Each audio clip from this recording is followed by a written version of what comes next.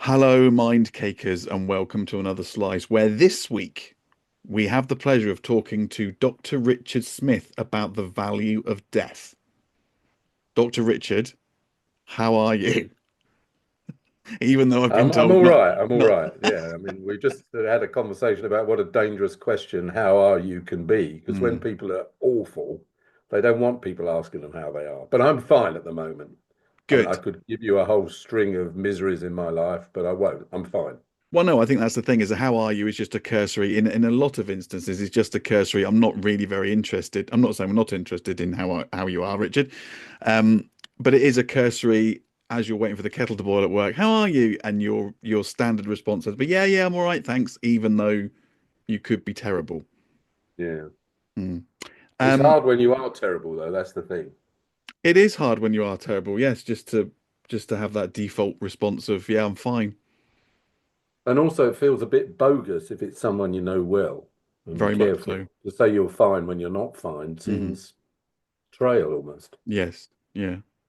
Um, for those people who don't know how our paths crossed, you are the brother of Arthur Smith, Yep. and he was on the podcast not so long ago, and he said, "Excuse me for the impression or impersonation. I don't know what the difference is. Uh, oh, you should get my brother on the podcast. He's always talking about death. You can't shut him up about death." So I thought that would be an interesting topic to cover on Yeah, yeah. Mind Well, I'm Cake. right into death, as my children say. We've been here 2 minutes. We haven't mentioned death. What's wrong with you today? Uh, so it could be classed as a morbid conversation piece, but we're here No, to no. I mean, explore. I hope you realize, Lee, that we're all going to die. Well, again, referring back to your brother's podcast, apparently not.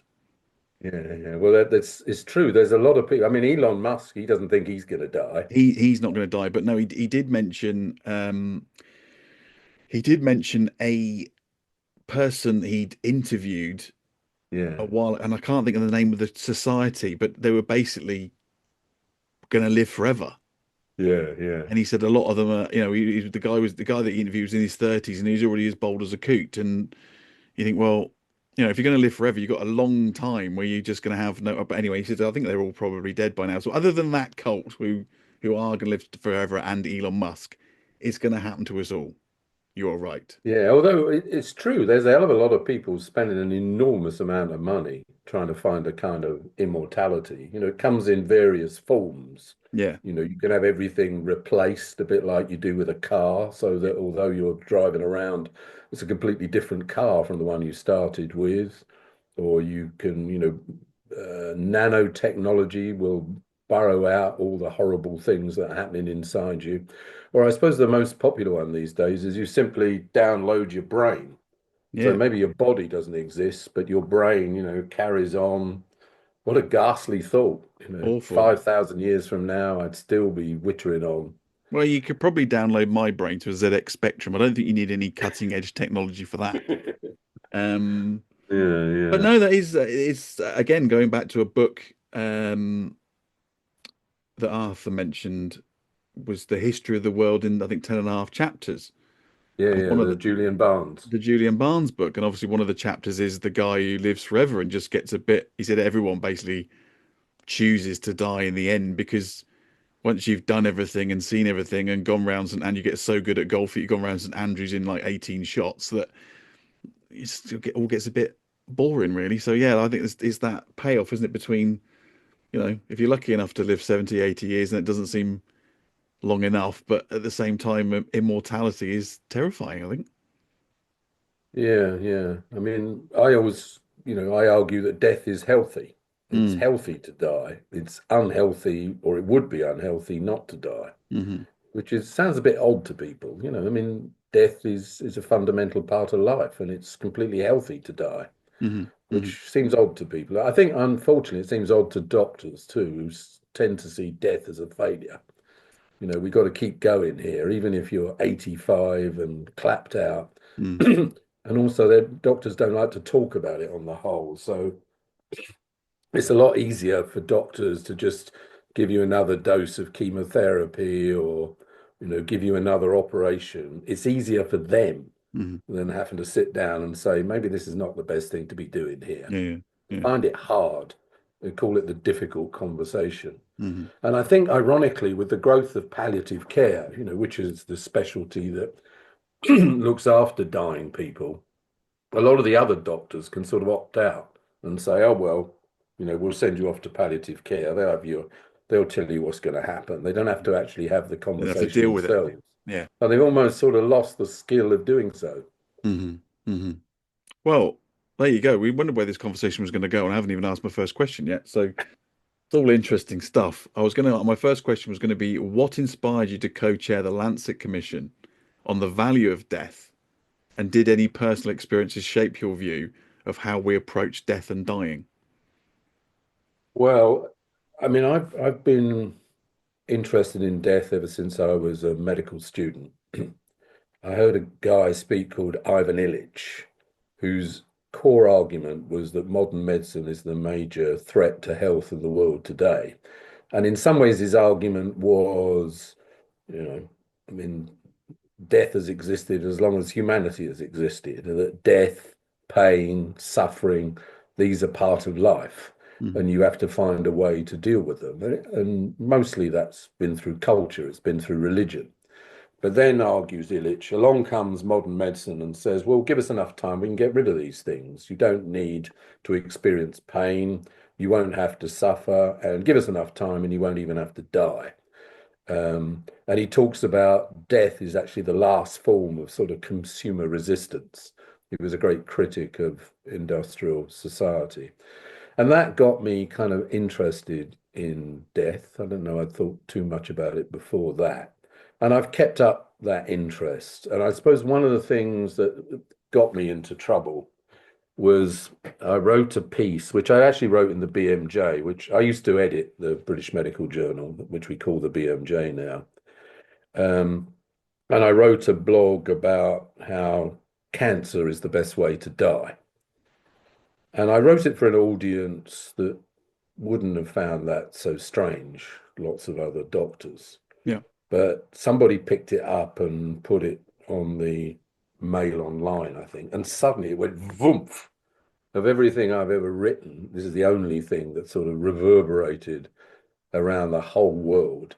And of course, you can imagine what readers of the Daily Mail thought of this argument. So there were 1,000 comments saying, "Who is this fucking idiot? I mean, what kind of doctor says that cancer is the best way to die?" Hmm. So it really kind of took off in a way that I'd never really expected to happen. So, I mean, there are sort of part of my argument. Of course, you've got to die of something. Yeah. So, and unfortunately, most of the time, you don't have a choice. But there are kind of four ways to die, essentially. So, if we put suicide or assisted dying on one side, Yeah. there are four ways to die. So, one, and this is the commonest cause of death now, is the long, long, slow death from dementia or frailty. I mean, that's the commonest cause of death in women, and it will be in men soon. Then you've got kind of sudden death, bang, you're gone. Hmm. A stroke, a heart attack, you were crushed by a meteorite or whatever. Um, but that's not many deaths. That's probably less than 10% of deaths are like that. And then you've got the death from cancer, which used to be that you kind of went along and you got various bits of treatment, and then you went down over usually a few weeks. Hmm. Um, and then the other death, the other kind of death is from organ failure, whether it's heart failure, respiratory failure, kidney failure.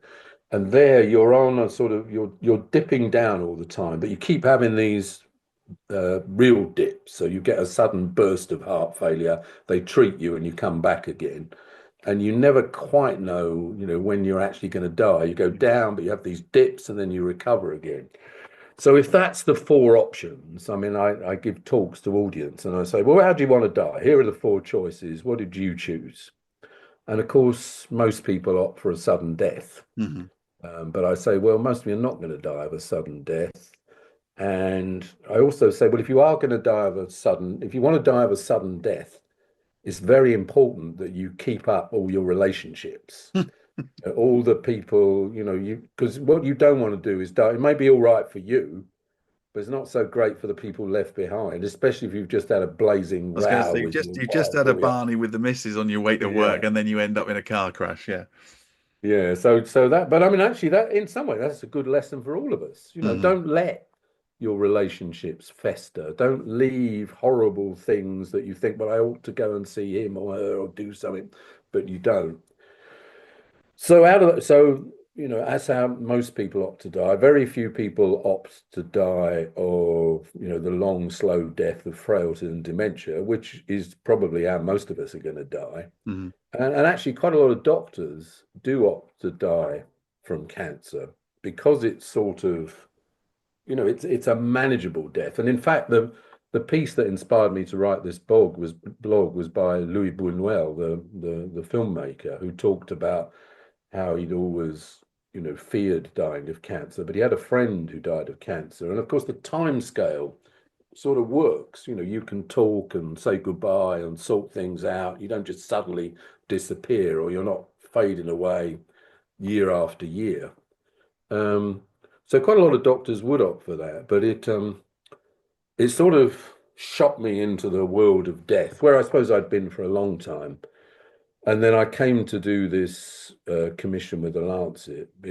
I mean, to be honest, I had a very drunken dinner with Richard Horton, who's the editor of the Lancet. He and I are chums. And when we were both sloshed and we told each other all sorts of things we shouldn't tell anybody, he said to me, Richard, he said, you must do a commission. You can do it on anything, but you must do one.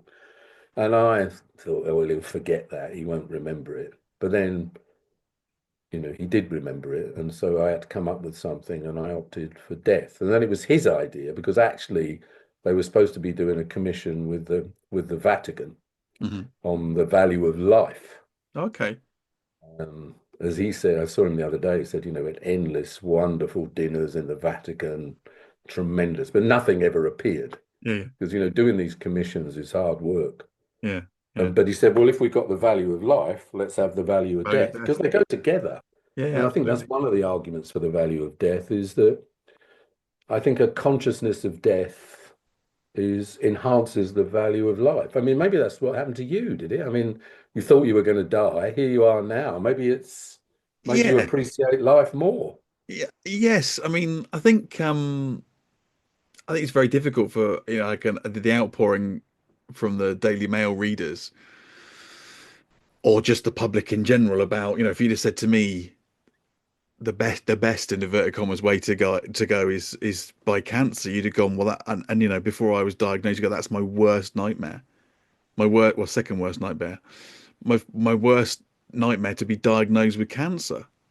um but then when you put it in the context of, right, well, would you rather sort of amble on with dementia for year after year, or would you rather get hit by a bus and, like you say, not have time to sort of wrap up loose ends, or maybe say things that you felt that you needed to say that but hadn't said.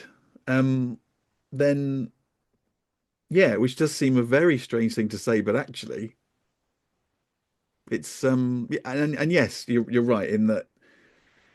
I Part of the reason why we started this podcast was to look at mental health, because I have, as I've said a few times on here, you've looked inside Pandora's box and been faced with your own mortality, and then someone's closed the box and gone, "Oh, just forget about that and just go back to work as if none of that had happened." But of course, the majority of us don't face our own mortality, don't think about our own mortality, and why would we? Because it's, in a lot of instances, it's a morbid thought. You don't want to. Nobody wants to think about when or how they're going to die.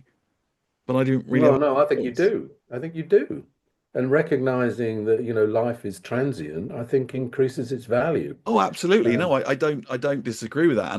But I think the vast majority of people don't want to think about it, yeah, yeah. But so I they think don't they're face wrong. it. Famously in Bhutan, which is, they have this happiness score, and supposedly Bhutan is one of the happiest places in the world. Yeah. Everybody in Bhutan is urged to think about death 5 times a day. Oh, really? Yeah, this won't go on forever. Let's value every Yeah. second while we can. Hmm. And then, I always think, of course, without death, every birth would be a tragedy. Hmm. Hmm. We've got to give way to the others. And, Yeah. death is what underpins evolution. I mean, without death, we probably have almost no art. Humor, writing, music, to some extent, they're all, trying to sort of look into the face of mortality and say, well, here I am. I won't be here forever, Hmm. but I'm doing what I can while I'm here. I think, Yeah. we've, and of course, death was pretty familiar. I mean, we live in a strange world now. Where unless you're a medical student or something, you probably never see a dead body till you're Hmm. in your 40s or whatever. And Hmm. in fact, often you don't even see the dead body now. People are whisked off. Death has become kind of hidden and mysterious. It wasn't like that until, I suppose, it's probably since the last sort of 50, 60 years, it's become like that. I mean, before that, death was very familiar. I Yeah. mean, and poor people, the main thing they did was to make sure that they got a good burial, so they pay, a penny a week into a funeral fund. Hmm. I mean, we're the unusual ones in a sense that we've sort of lost our familiarity with death, and that I think makes it scarier. Yeah. Whereas if you think about it, you encounter it, you meet people who are dying. I mean, if you talk to most palliative care physicians, I mean, you might think, well, they'd be the most miserable people on earth, spending all day, every day hanging out with the dying. But you'll find they're very cheerful, positive people. And hospices, which you might think, whoa. I mean, I live just around the corner from a rather lovely hospice that has a Georgian building, and they turned some of it into flats. And I was quite keen to move there. But my wife said, well, I don't want to live in a hospice. I mean, that's ridiculous. But actually, I mean, what better place to live? It's such a lovely building. And Hmm. when your time comes, you just roll down the corridor and there you are. So it's, I mean, we make a mistake, I think. I Yeah. mean, you're absolutely right. Most people don't want to talk about it. And as you were saying, when people thought you were dying, suddenly all looked the other way Mm. because What do you say to that don't want to guy? encounter it. They don't feel comfortable about it themselves. No. But now, I mean, you've been right there. You've looked death in the face in a way that I haven't done, I have to say. Hmm. So, I mean, has that made you, when you meet with people who are dying or grieving or suffering in one way, does it make it easier for you to Yeah, it does make it a lot easier encounter? for me. I think, pre-diagnosis, I would have been one of those people who go, "Oh God, it's the cancer guy." What on earth? Because you go, "Are you all right?" You can't really have that conversation. So I think I'd have been one of those people because it is difficult. What do you Yeah, what do you say to that? But I think having gone through it, and we did an episode with, what does it look like to show up for someone? Um, and I think having been through that process, then I find that I am far more empathetic and far more, I know a few people close to me who have been diagnosed with cancer in the last kind of 6, 12 months. And well, first of all, they kind of seek you out because they know that you've been there and got the t-shirt. yeah, yeah, And secondly, I feel more at ease to talk about it because, yeah, like you say, I've had that life experience, and you do hear a lot about a lot of people who have had a similar experience, whether that be, they nearly died in a car crash or have had cancer and come through it, that it does give them a completely different perspective, uh, yeah, perspective on life. yeah. Because I And think people also tend to think that, dying is going to be awful. It's going to be mm, really miserable. But, there are so many examples of people talking really, actually dying. I mean, I think this is not so great if you're 13 or something, although ironically, I think children often handle death better than adults. mm, But if you're, 75, 80, I mean, I'm 72, a lot of people, it's not a miserable experience. It's a rather special experience. You've got that little time, you're dying, you're not quite sure when, but it's coming to an end. And actually, it can famously enhance life. And there are various examples. I've suddenly forgotten the name of the famous guy, the playwright. who wrote Pennies from Heaven on the television. I mean, he Oh, talked, yeah. yeah. I know You know, you my mean. brother does this place. Yeah. What's his name? You know, brother of what's his name, who lived in what's the name of that place? You know, just Yeah. up from what was that called? Well, I, at least I know I'm what you mean. 72. You don't look so old. You shouldn't be forgetting yet. But yes, no, I know what you mean. And Dennis Potter. Yeah, I've Dennis remembered Pot it. Dennis. Oh, see, I had Dennis Hopper in my brain, and I'm thinking, no, it's not him. Dennis Potter, not Hopper. Yeah, I mean, have you ever seen the famous interview he did with Melvin Bragg, where he sort of sat there smoking and drinking Brompton's cocktail, which is, got morphine and things in it, I don't know if I've and seen that. talked No. about how, well, you should really watch it. It's a wonderful thing. He talked about how the line that everybody remembers is that the cherry blossom was at its blossomist. He'd never seen cherry blossom look so beautiful or so intense. Uh-huh. And Clive James, he wrote a lot of poetry. I mean, he took a long time to die. I think it got a bit embarrassing. And that's actually one of the problems now with cancer. So the way I described cancer when I wrote that piece about you bang along and you go down pretty quickly. I mean, Yeah. now with all the treatments that are available, it actually can become a bit like dying from dementia. It Yeah. goes on for years and years and years. Hmm. And you never quite know, when it's going to come. And that can create a weird feeling. Hmm. Hmm. But no, I think you're right in that on the whilst it's been a blessing and a curse, I think it's has messed with my mental health to a degree. However, I can't help but think you wish that more people had that experience. Yeah, again, I don't want Yeah. that taken out of context. I do not wish what I went through on anybody. But in terms of then outlook on life. So for example, when I'm picking up on something you said there, I've got a friend called Rachel who kept in contact with me whilst I was diagnosed. And I always message her now whenever I see the first snowdrop and whenever of the Yeah. season and whenever I see the first daffodil of the season. Yeah. And it's little things like that you go, I've I've done another year. And some people might go, I've made another New Year, I've made another Christmas. Whenever I see a snowdrop, it always reminds me of Rachel, and you think, yep, that's another year, and it's like little things like that you appreciate.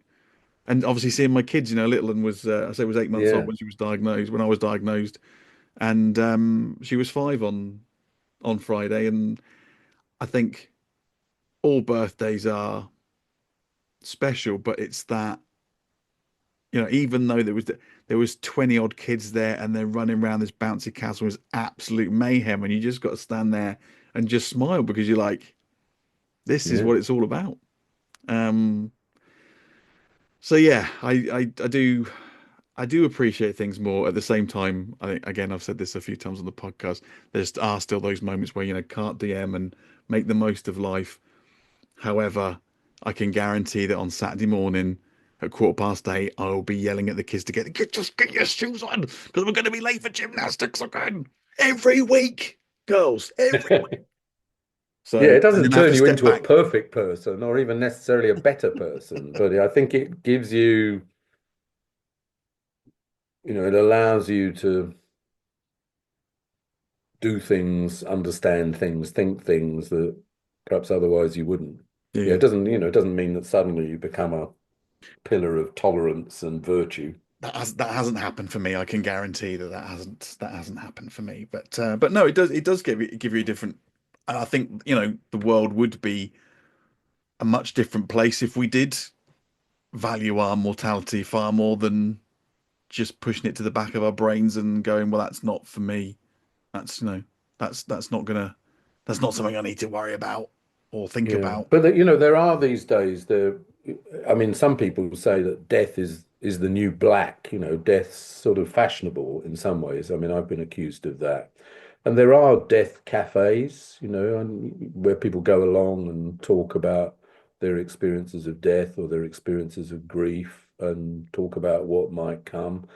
And I mean, did you remember there was a death festival at the South Bank, which went on Oh, for was it? 3 days? I went for every minute of it. It was fantastic. It was a big risk. The what's her name? Jude something, that Jude, who was the director of the South Bank.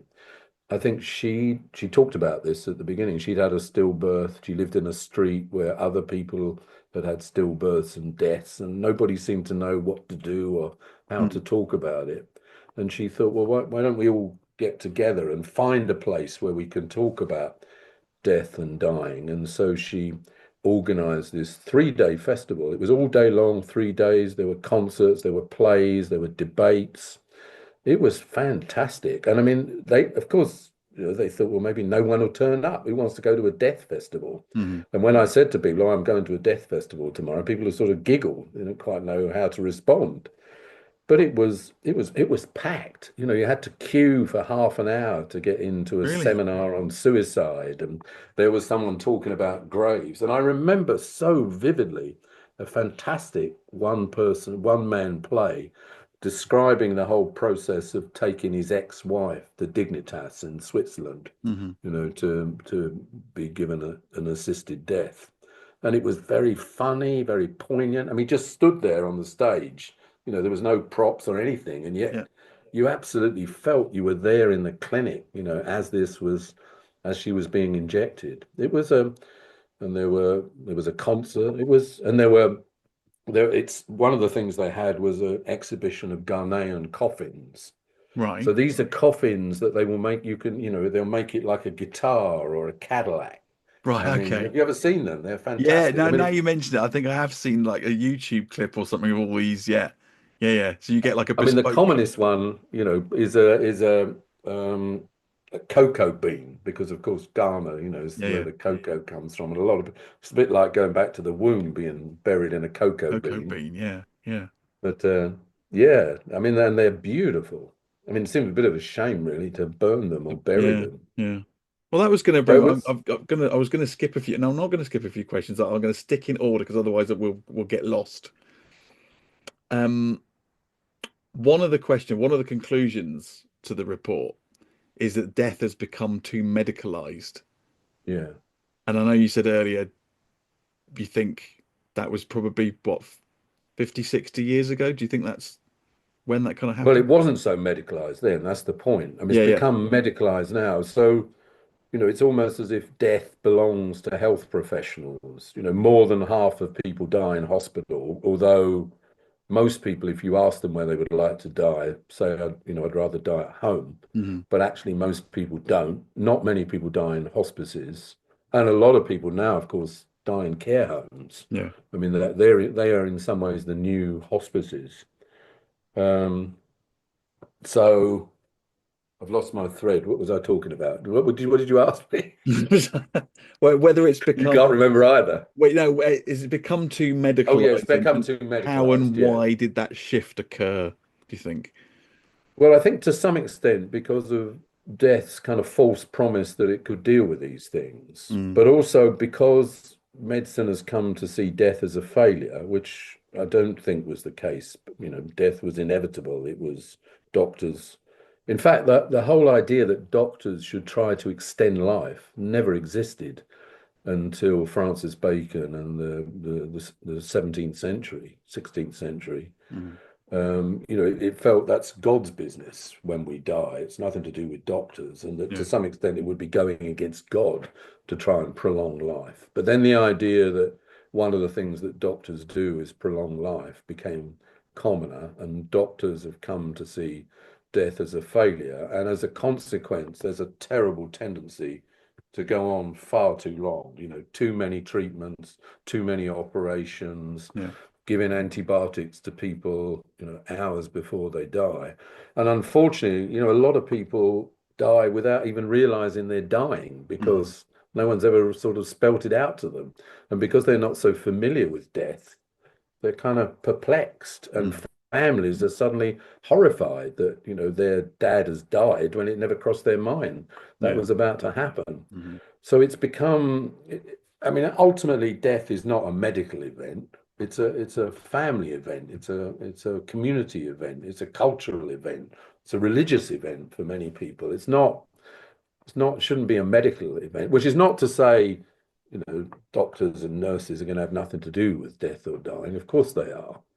But they've got to. So what we would like to do is see it shifted back much more to families and communities. And to some extent, of course, that is what happens, because if you're dying, most of the time you're with your family, you're with your carers, you're with your friends. You're not with health professionals, Mm. perhaps until the very end. Mhm. So in some ways, it's recognizing what's already happening, but the emphasis tends to be on the medical. And I mean, of course, you've got to, you're not dying until a doctor says you're dying. Whereas it didn't have to be like that. You could just die in the old days. You didn't have to wait around for a doctor to For a tell you doctor you to were tell you. dying. Yeah, and there are. I mean, we write quite a lot in our commission about Kerala in South India, where, in a way, death belongs to the community. So there are lots of people who, go and talk to people who are dying, help them out. Doctors and nurses have a role, but it's a much smaller role. And it's an example. And there are these things here in Britain and other places called compassionate communities, Right, okay. where people kind of, recognize that death is going to come and support people who are dying, talk to them, talk to each other. So death does become more familiar. So it's not as if what we're advocating is completely bizarre and extraordinary. It already exists in many places. But I think there is a tendency, especially after COVID, that was the ultimate medicalized death. Yeah. Dying in intensive care, your family couldn't be with you, you're surrounded by nurses and doctors who are gowned up, you can't see their faces. Someone holds an iPad in front of you, and that's how you say goodbye to Yeah. your Yeah. wife or your husband. I mean, that's the kind of death that horrified Mhm. Illich, Mhm. Ivan Illich, who I was talking about earlier. And I think it horrified a lot of people. I mean, certainly health professionals know, I know, so, well, I'm not having that. That's just no way to die. I mean, I'd Mhm. much rather, I'll take the risk of getting COVID. I need to be in there with my dad or my wife or Yeah. my husband when Yeah. they die. Absolutely. And I was talking about Kerala. I've actually been to Kerala. And I remember when I was out Yeah. in India, I don't know if it was in Kerala, but there are certain places in India where they have these towers of silence. Yeah. Um, for those who don't know, that they basically put these, they put their, I think, is it Buddhist No, belief? it's party. It's Zoroastrians. That's Um, right. Yes. yeah. They put their dead on the tops of these towers, Yeah. basically to recycle them, for want of a better expression, with the vultures have them, and it's all part of the sort Yeah. of Yeah. to coin a phrase from The Lion King, the circle of life. Yeah, but they've run into problems because unfortunately, a lot of the bodies they put up there are full of chemotherapeutic drugs Mm. and antibiotics, and it's killing the vultures Is that right? because they eat these bodies, and it doesn't do them any good. So they're Mm. having to. I mean, Bombay is a place where that happened a lot, but it's there's just not enough vultures around anymore. A Really? bit like in Venice, what happens there is you get buried, but then they dig you up again because they haven't got enough space, so they put you in an ossuary with your bones. But they've got a problem too because the worms can't cope with all these antibiotics and toxic drugs. So Wow. bodies are not rotting as fast as they used to. Well, again, So I think I've rolled this out as a statistic, was that, and again, I don't know how much credence there is. It could be an urban myth, but the decomposition rate of a Western body that has been pumped full of, drugs and preservatives, and that we eat in our food all the time.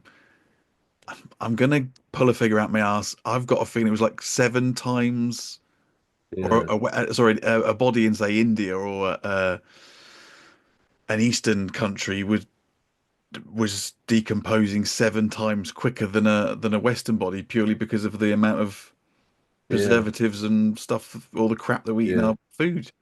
Yeah, I mean, I don't know the exact figure. What I do know, though, is that, composting Yeah. of bodies is coming in. I mean, I'd like to be composted. And, I think it was it, because people were against cremation at one time. And then various sort of prominent people spoke, maybe even Queen Victoria spoke out in favor of it. and it began to happen. And I have the idea that I wrote about this, that King Charles ought to have himself composted because it's a very good way to die for the environment. It's legal in lots of states in the US. I Is mean, it? what you do, you get a big box and it's slightly warmed up and you put Right. the body in with wood chip and various other things. I mean, I don't know the complete formula. And evidently, within weeks or certainly a few months, you get back, soil that you can plant carrots in and things. It sounds Wow. to me a wonderful way, as opposed to if you burn somebody, you put a Yeah, lot yeah. of carbon into the atmosphere. Hmm. And of course, we haven't got enough ground to kind of bury everybody. Although, you can bury yourself, or not bury yourself, but you can bury your dad or your mum. You can sort of take them off in a wheelbarrow and find a place and dig a hole Are and you stick allowed them to in. do that? I think that's right. Well, That I doesn't mean, sound right to me. well, no, I You think could it's just right. I dig a mean, I hole think somewhere and. you've got to certify them dead. But if you've got a plot, Oh yeah, no, I mean burying them alive is definitely a no-no. But oh yeah, I think if it's, I don't think that's right that you can just dig a hole somewhere and bury someone, is well, it? we should. Well, yeah. Well, I mean, let's say that if there are any listeners to this podcast, they shouldn't try it themselves, Don't but don't try burying yourself. check That's it out. Check it out before yeah. you start burying your dad. But no, I've got a friend who's a nurse. I mean, she wrote a wonderful piece about how they took somebody's dad, took him in a wheelbarrow up somewhere, dug a hole, stuck him in. Seemed to go well. I suppose that's yeah, I mean I suppose that's one thing if they died at home. I don't want to make light of this. I'm kind of smiling as I'm thinking about it. I write dark comedy. You see, I'm trying to get into. I work in construction, but I write dark comedy scripts, Yeah, and it's given me an idea. If somebody died at home, it's one thing putting them in a wheelbarrow or like bury them in the back garden. It's another thing if they've died in hospital yeah, and you you've have to taken spring them out. if the porter could bring them down to the reception area and then transport them into the wheelbarrow and then maybe wheelbarrow them to the car, then get them into the. I mean, Yeah. it's a logistical nightmare. Well, of course, they've got to wheel them down to the mortuary, so it's not so different wheeling them down to your car. I mean, you could park your car just at the back of the mortuary Have a and special bingo, you're car there. park. That's one of the things, kind of one of the weird ways that deaths happen in hospital. Suddenly they sort of draw the curtains round, and you know Mm, how ineffective those curtains are at actually hiding anything. You can see through cracks and you can hear everything. yeah. And, and they load the body into a kind of crate and wheel it off, and hope that just nobody notices. But Mm. it's doesn't really make sense. It's all part of the trying to sort of hide death away. Oh, I just thought of an idea, a business idea that I might float to. Who's the guy who runs Amazon? Oh yeah, Bezos, Jeff Bezos. Yeah, he could maybe do an arm where you got like if you did it Prime, you could get it delivered next day, next day delivery to your door. Then you wouldn't have to worry about the whole wheelbarrow, Yeah, getting them in the yeah, car thing. Just get them just an Amazon parcel. yeah, yeah. Mind you, the box, Because everything you get delivered from Amazon is always in a box that's about 10 times bigger than the actual yeah, thing. yeah, So that's the only bad thing is you would end up with a box the size of a bungalow. yeah. I mean, presumably you can buy a coffin on Amazon. I suppose you can. There must be a wide range of, I don't know, I'm writing down notes as we this is because I bookend this with Paul. So we because talk about it's a very profitable business undertaking. Because when you turn up and the undertaker says, well, what sort of coffin do you fancy? You'll surely want something rather magnificent, in mm, honor of your mum or whatever. And you presumably want a lot of flowers, and why not a few horses and a nice open, cask? And you think, oh my God, I gotta go the whole hog because I love mm. my mum so much. So people spend far too much on funerals. Although you see how it's now becoming quite fashionable to have, no funeral at all, like David Bowie. Yeah, One day you're there, then suddenly you've disappeared. yeah. You're just sort of taken off, because they they can cremate you at sort of 8 o'clock in the morning. Whereas Mm. if you want to have a funeral, you've got to have it. Yeah. Well, that's it. My brother's good on funerals. He does, as a comedian, as someone who's used to standing up in front of an audience and getting a few laughs, Mhm. you get a sideline doing funerals because increasingly people are not religious and it Yeah. feels a bit fake having a vicar. So you need someone, and why not a stand-up comedian? Oh, has he It's done a few ideal. funerals, has he? Yeah, yeah. I've done one myself as well as a celebrant, you're called, Hmm. because I rather enjoyed it. The bit that made me nervous was pressing the button, for the coffin to go off because Yeah, yeah. the man said to me, "Be sure you press it hard and keep your finger down." And I was sort of worried that, The oh pressure. dear. Yeah. So would you be composted, do you think? Is that the way Yeah, you'd yeah, yeah. No, I'd like to be. I mean, at the moment, I've got written in my will that I'll be, what's it called? Alkaline hydrolysis, right? which is the most sort of environmentally friendly way of getting rid of you at the moment. They sort of dissolve you and come back as a sort of bit like a glass of water. But composting would be better, and Mm. it's it costs about $8,000, so it's quite expensive. But of course, once the industry gets going, the price will come Yeah. down, perhaps. And you get back a lovely bag of soil at the end. Well, I've got a composting bin in the back garden. Could I just go in there? No, I think you, You go have specialist I think worms and bits of. yeah, specialist worms. Mm. Yeah, I don't quite know the formula. I mean, But again, if I've the had radioactive iodine treatment, I don't know whether I want the worms. I could decimate the Scottish worm population with some of the drugs that I've had. I mean, it's a minefield, isn't it, really?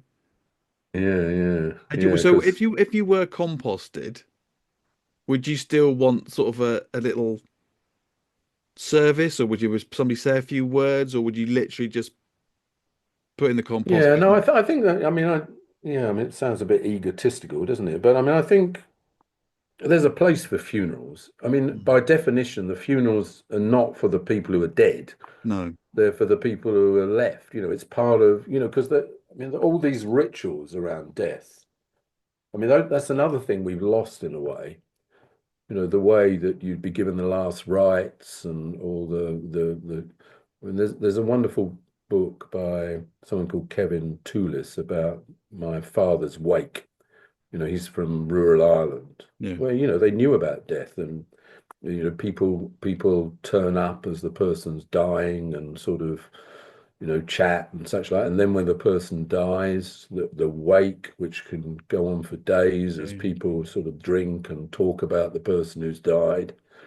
The bit that surprised me was a bit in the book about how a lot of teenagers, would come along to the wake because the wake went on all night, whereas the dance hall closed.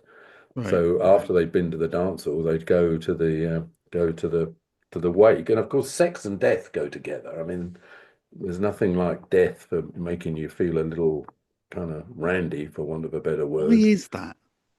Yeah, well, again, I think it's That's probably a whole other you're podcast. suddenly reminded of your own mortality. Mm, Could be gone soon. I mean, maybe it's something even evolutionary in the sense, well, I better get out and reproduce because that's could be. that's Yeah. what we're here for, the Mm. selfish gene. I mean, once we're here, we reproduce and then we're of no use to anybody. And if you haven't reproduced, maybe the thought of death prompts that, or maybe it's just, whoa.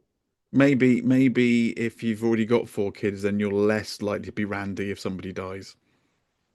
Yes, well, you could try and experiment and find out, I suppose. I There's a don't know whole whether new any paper. sociologist has There's a looked at whole that. new paper to be done there. Yeah, PhD probably. PhD. Right. Do you know what? I'm gonna because I think just this is what always happens. We've basically covered pretty much everything because I was going to go the role of communities in death. We've talked about that, the impact of medicalized death. One thing I was going to ask was grief and the community. The report emphasizes the value of communal grieving. And so the question I was going to ask, which we've already talked about, was, the role of community in death as opposed to the Yeah, medical profession. But I guess the other, I don't know if you had any views on, let's take Princess Diana, when we have this yes, outpouring of grief yes. Yes. Why do you think that is? Because, like you say, I was well for me, huge Prince fan, big Bowie fan. Again, you have this sense of loss, even Yeah. though I've never, anyway, taken Diana to the extreme because I mean that was a huge outpouring of emotion, and I wonder whether that's because as a society we generally suppress these things, and then it just bleh, just splurges out. Or yeah, what are your thoughts on that? Yeah. I mean, I don't know the answer in any scientific terms, but I mean, I remember when John Lennon died. Hmm. That was the day that I kind of grew old, really. Um, it sticks vividly in my mind. I suppose that was the first death that really kind of hit me. Yeah. Um, um, and I think you're probably right in what you speculate that, a lot of the time we don't think about death and then boom, there. I mean, I suppose, especially with Diana, who was so beautiful and Mm. somehow was the people's princess, and people could relate to her, and they felt, she's been done down by all those old stuffy old royals. I Hmm. mean, people really identified, I think, with her vulnerability and the way she died, I suppose, as well. It just because it was wild, wasn't it? It When you was. remember, I mean, I didn't go up to Kensington Gardens, but there were miles and miles of flowers. It was a very extraordinary time. Mm.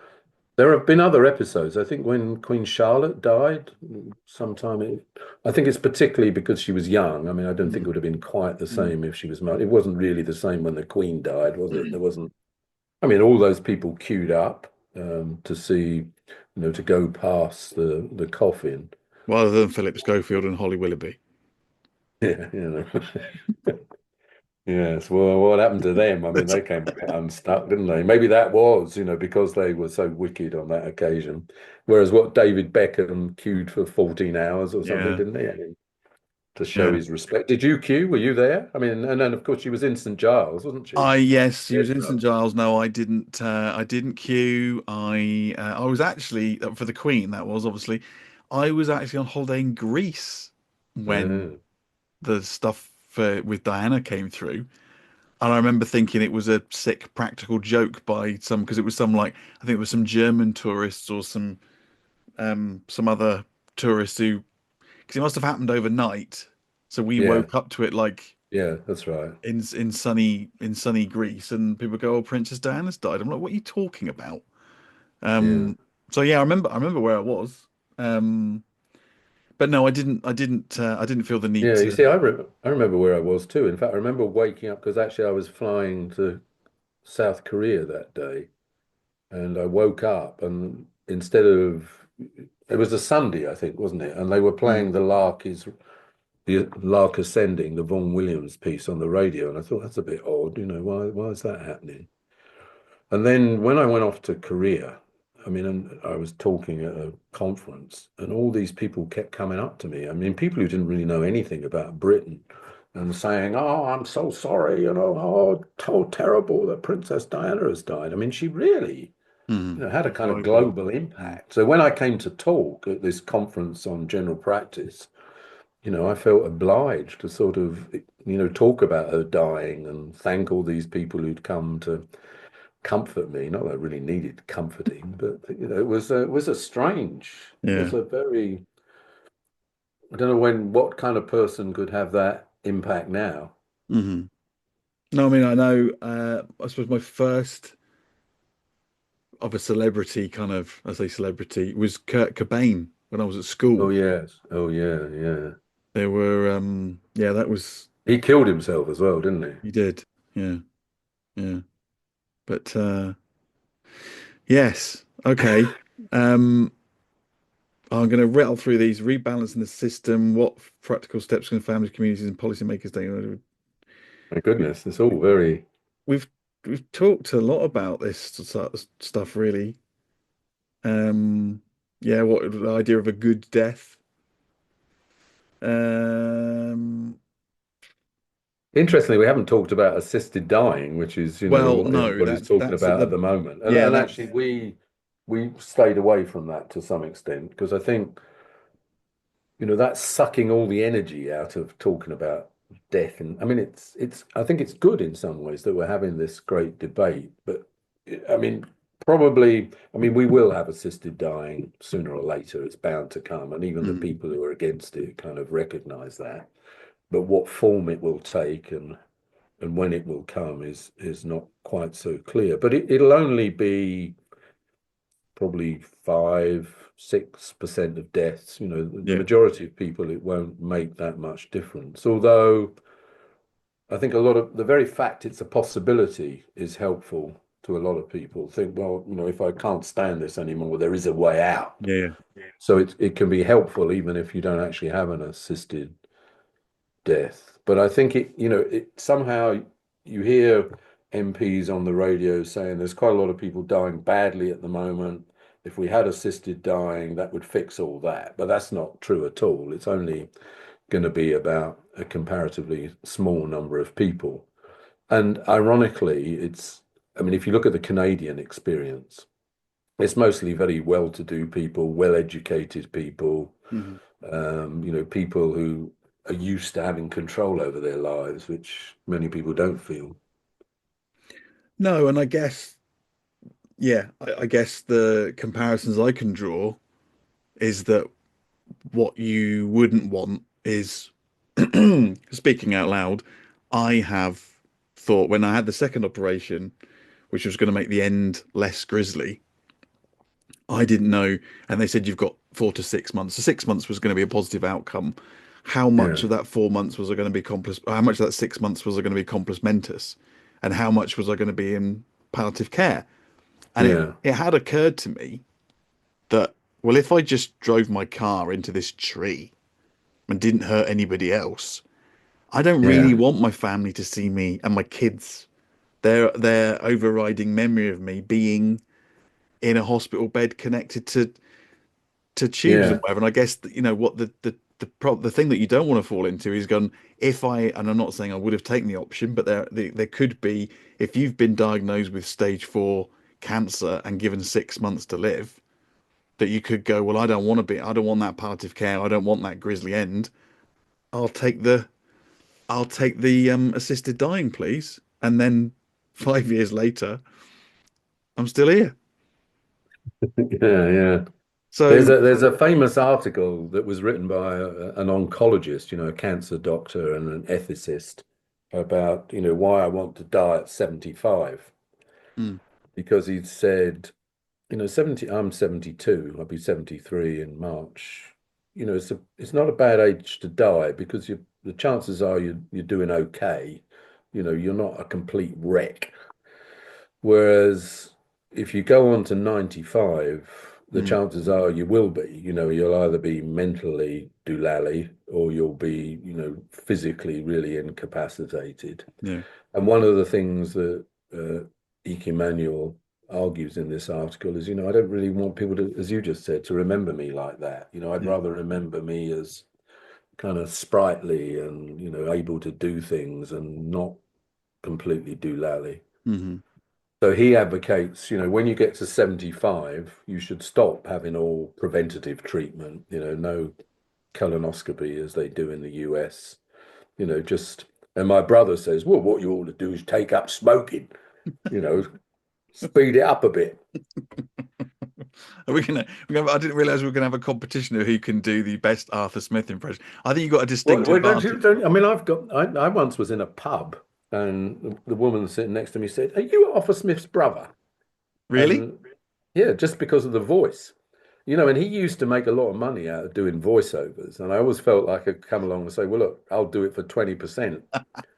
Undercut him. Because our mother used to, she didn't like the fact that we had Cockney accents. And so she'd have a saying, the rain in Spain stays mainly on the plain and 30,000 feathers round a thrush's throat.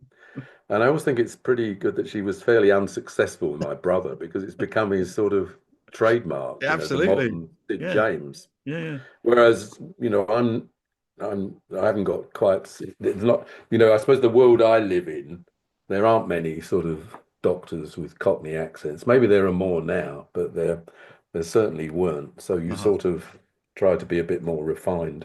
And you've certainly taken the different directions in life, haven't you?